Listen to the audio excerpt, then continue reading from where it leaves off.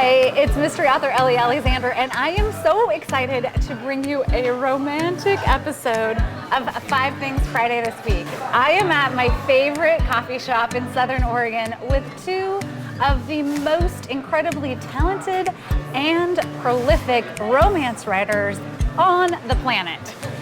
And when I talk prolific, I mean super prolific. So stay tuned because you're going to hear how many books these 2 have written.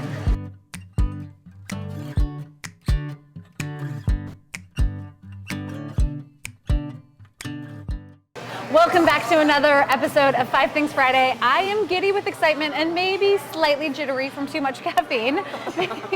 Always. Because I am here at Good Bean Coffee in Jacksonville, Oregon with none other than Maisey Yates and Megan Crane.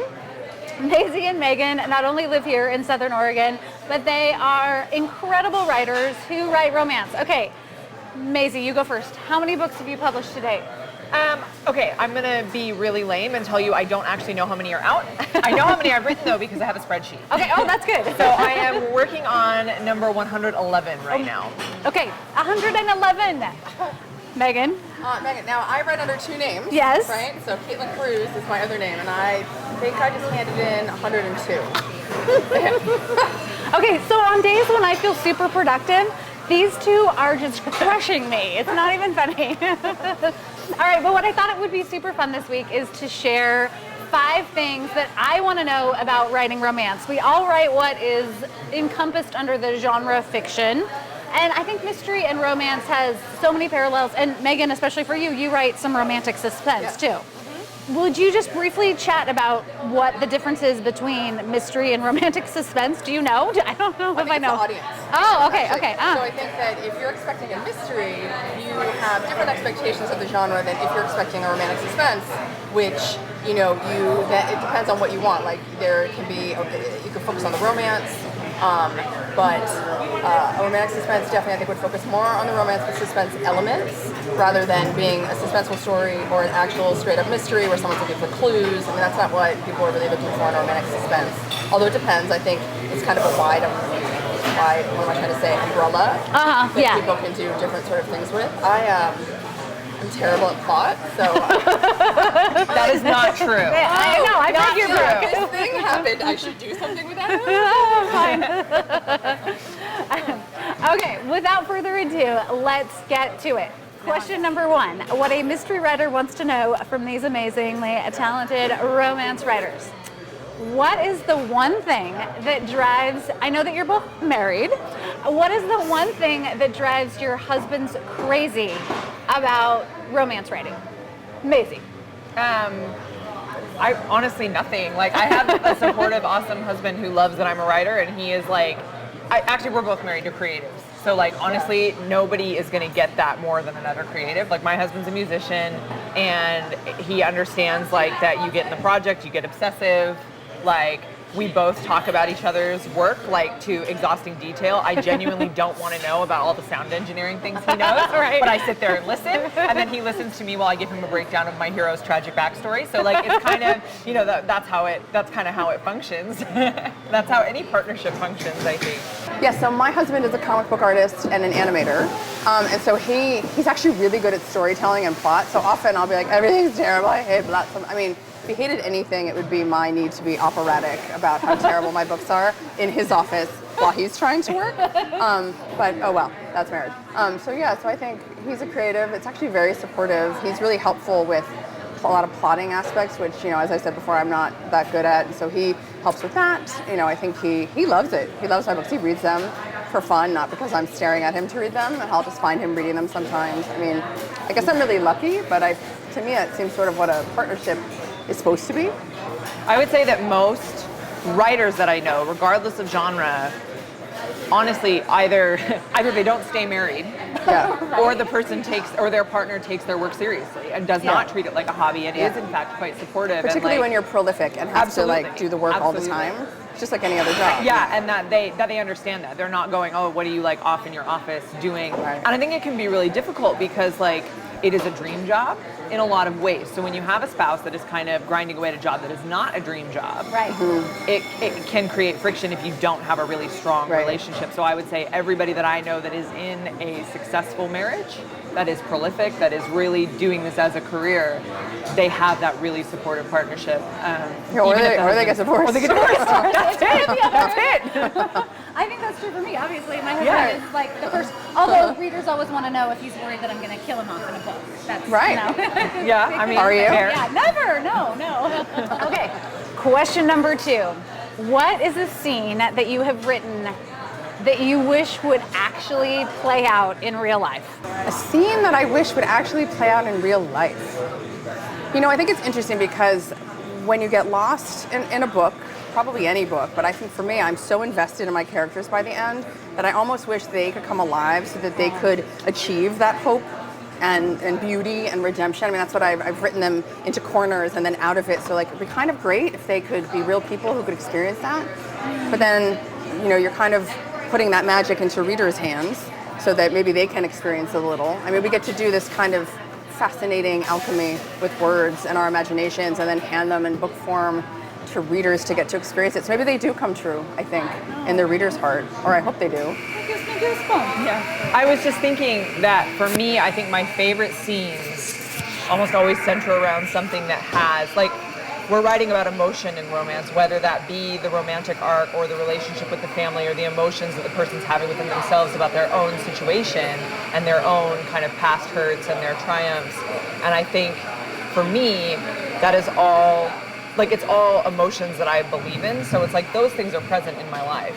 Those connections with family, those connections with friends. And so in so many ways, while the characters are absolutely fictional and the situations are fictional, like for me, that emotion is so real. So those are things that come to life. And I write a lot of series set in Oregon. Yes. And again, it's like having to write it and try to explain to a reader why I think Oregon's beautiful, why I think towns like Jacksonville are fantastic, and like the community that you find here, that it kind of brings the joy of that to life for me. Because I'm looking at it through the eyes of someone who hasn't been here and trying to figure out how to convey that. And so for me, those scenes, I guess, do come to life because it brings that emotion to the surface for me. And I think that's one of the really special things about writing emotions in general, is that you can kind of tap into these things that are inside of you and that are in your life and really focus on the kind of joyful aspects of it. Okay, number 3. What is a myth about romance as a genre that you want to dispel for good? Everyone's gonna churn out a romance over the weekend. Same for a mystery, right? Yeah. That's genre fiction. Yeah, right. In general, of course. And I think, I mean, actually, I think so many people have done a lot of work to dispel myths, and I'm actually tired of that in a lot of ways, because I'm like, read the books. Yeah, right. You know, like, people can read the books, and I don't need to go out and talk about what they are. They're there, they're readily available, anyone can pick one up and read it. And what I write is for a readership that is voracious and exists already. They know what they like, and they don't need to justify themselves, and neither do I. But I think what Megan said, that it's easy. Yeah. But funnily enough, I think that's the way a lot of us come into romance, actually. I loved it as a reader. That way it wasn't even like condescending in my head to think, oh, I think I figured this out. Yeah. You know, I thought, oh, that's easy, I guess I'll write one. But it's not, and it comes back to what I said before, it's about emotion. Nothing about emotion is easy. Well, I was writing chick lit, and so I didn't want to write romance. Romance was my first love. I started reading romances when I was 12 years old. As we Loved all them did, so right? much, and never wanted to write them because I thought, well, how could I possibly, I don't know if I can do that.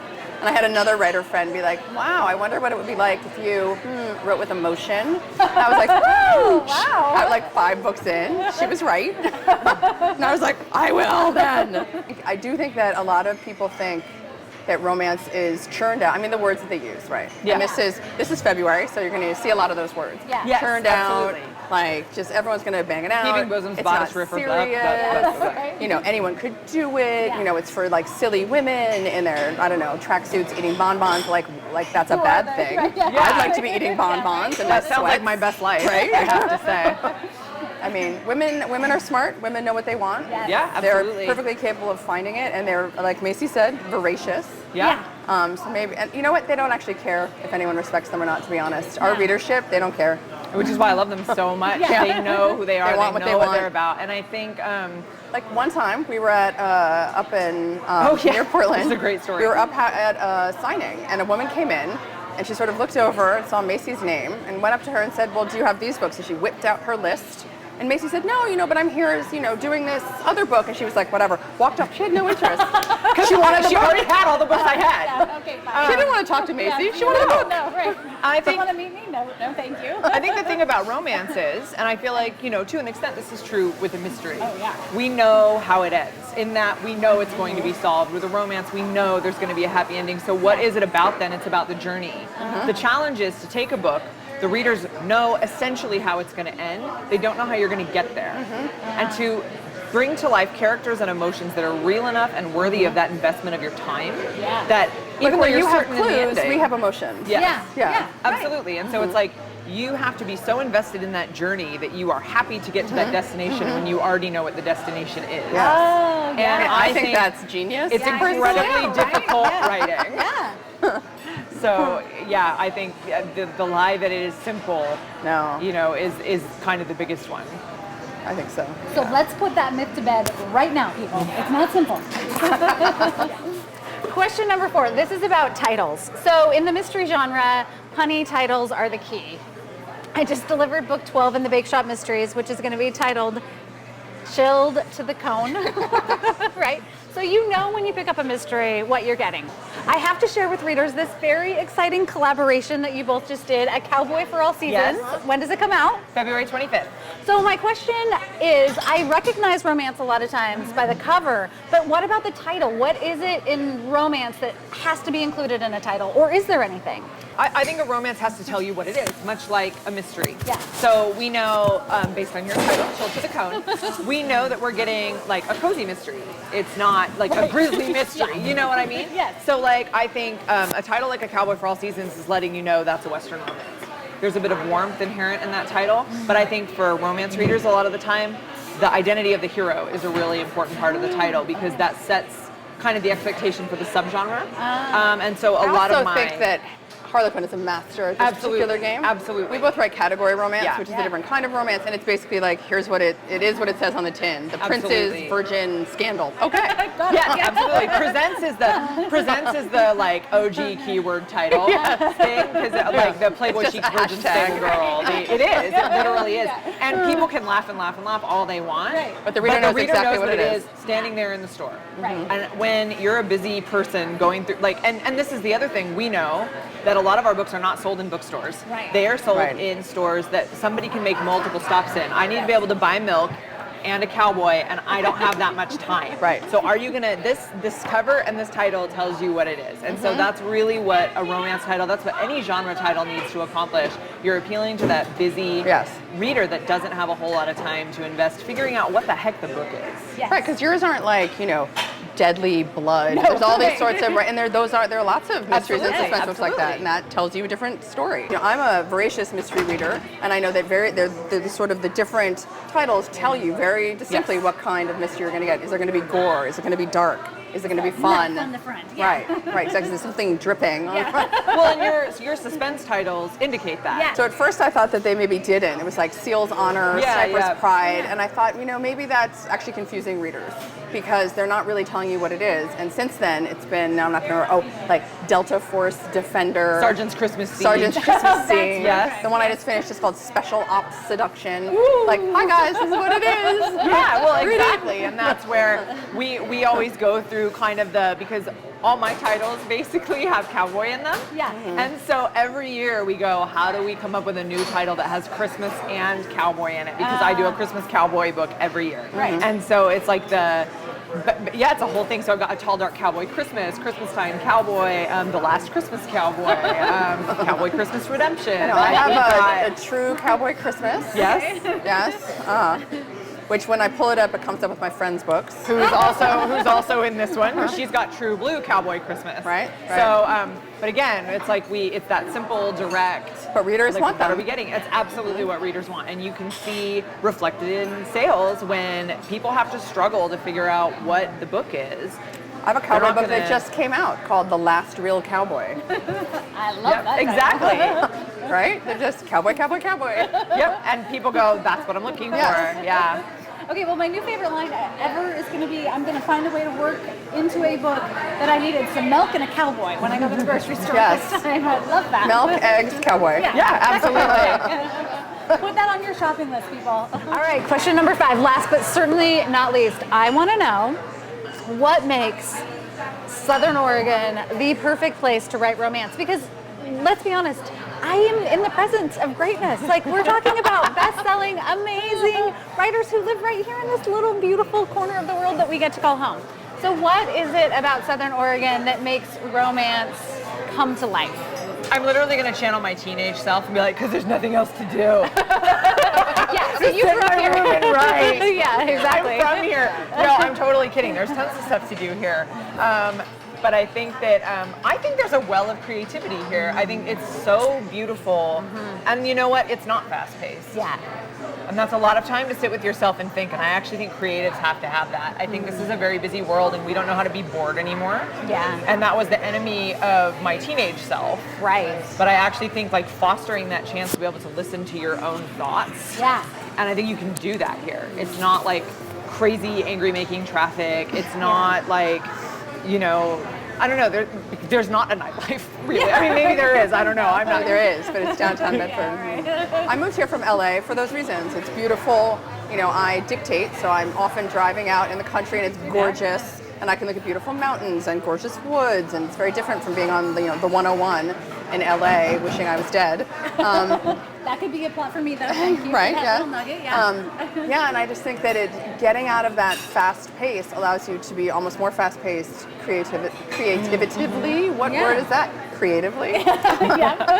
She's a writer. I'm a Exactly. wordsmith. But and I do think it's beautiful. I do think that there is a lot of people very interested in finding new paths, whatever that looks like, whatever they're doing. You know, there's a lot of entrepreneurs who actually, I feel like a lot of people say that, but they actually are out there doing it. Yeah. And I think it's just a really interesting place, surprisingly more than it appears at first glance. And if you are a writer, then you know that sitting and listening to people talk is actually a gift. Yeah. So you find yourselves in interesting conversations here because this is a place where people chat. Yes. And the amount of times that I can pull something out of a conversation and be like, I didn't even know that existed, go home and Google Right. it just because I Right. sat and listened to somebody in a coffee shop Yeah. because I had a conversation with somebody at the register and it makes you think. And I think actually connecting with the people around you is all the fodder that you need for inspiration. Yes, in Los Angeles, everybody's sitting in a coffee house with a laptop. Earphones in. Right, wants to be a screenwriter.